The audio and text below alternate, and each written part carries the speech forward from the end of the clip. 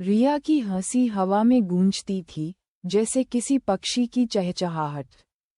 उसका विवाह एक ऐसे घर में हुआ था जहां उसे उम्मीद थी कि उसके जीवन में खुशियां और प्यार भर जाएगा। लेकिन उसकी उम्मीदें जल्द ही टूट गईं। वह घर, जिसे वह अपना मानती थी, एक सुनसान कारागार बन गया था। उसके ससुराल वाले, जिनके चेहरे पर हमेशा एक मीठी मुस्कान रहती थी, अब एक भयानक राक्षस की तरह दिखते थे। जब रिया की शादी हुई थी, तो उसके पिता ने अपनी सारी जमा पूंजी और जीवन भर की कमाई लगाकर एक अच्छा दहेज दिया था। लेकिन रिया के ससुराल वालों के लिए वह काफी नहीं था। वे और की मांग कर रहे थे। और जब रिया अपने पिता से इस बारे में बात करती थी, तो वह हमेशा कहती थी, बेटा, हमारे पास अब और कुछ नहीं है। रिया की सास ने उसे ताने देना शुरू कर दिया। तुम्हारे पिता ने तुम्हें भिखारी की तरह पाला है। क्या तुम हमें कुछ भी नहीं दे सकती? और उसका पति, जो पहले इतना प्यार करने वाला था, अब एक अजनबी की तरह लगता था। उसकी बातों में अब प्यार नहीं, बल्कि लालच और नफरत भरी थी। रिया का जीवन अब एक खुली हुई किताब की तरह था, जिसमें हर दिन एक नया दुख और एक नई पीड़ा लिखी जाती थी।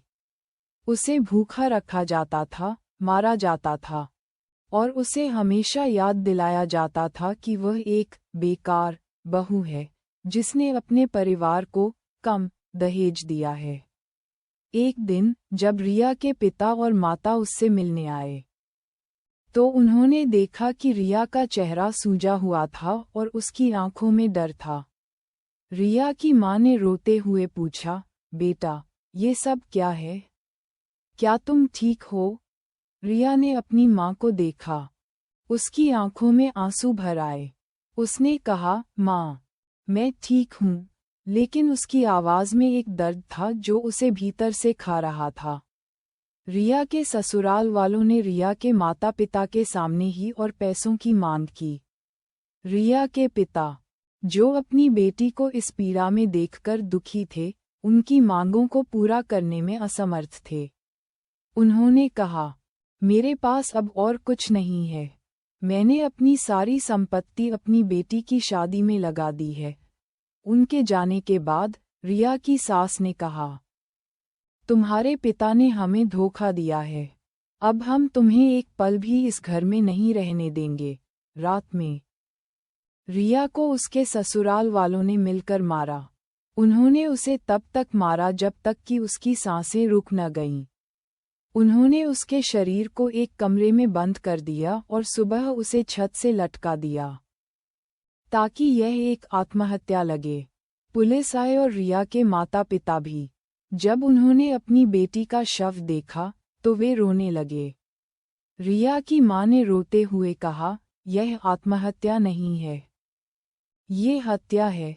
रिया के पिता ने पुलिस अधिकारी से कहा, अधिकारी, मेरी बेटी ने आत्महत्या नहीं की। उसके ससुराल वालों ने उसे मार डाला है। उन्होंने उसे सिर्फ इसलिए मार दिया क्योंकि हम उनकी दहेज की मांगों को पूरा नहीं कर पाए।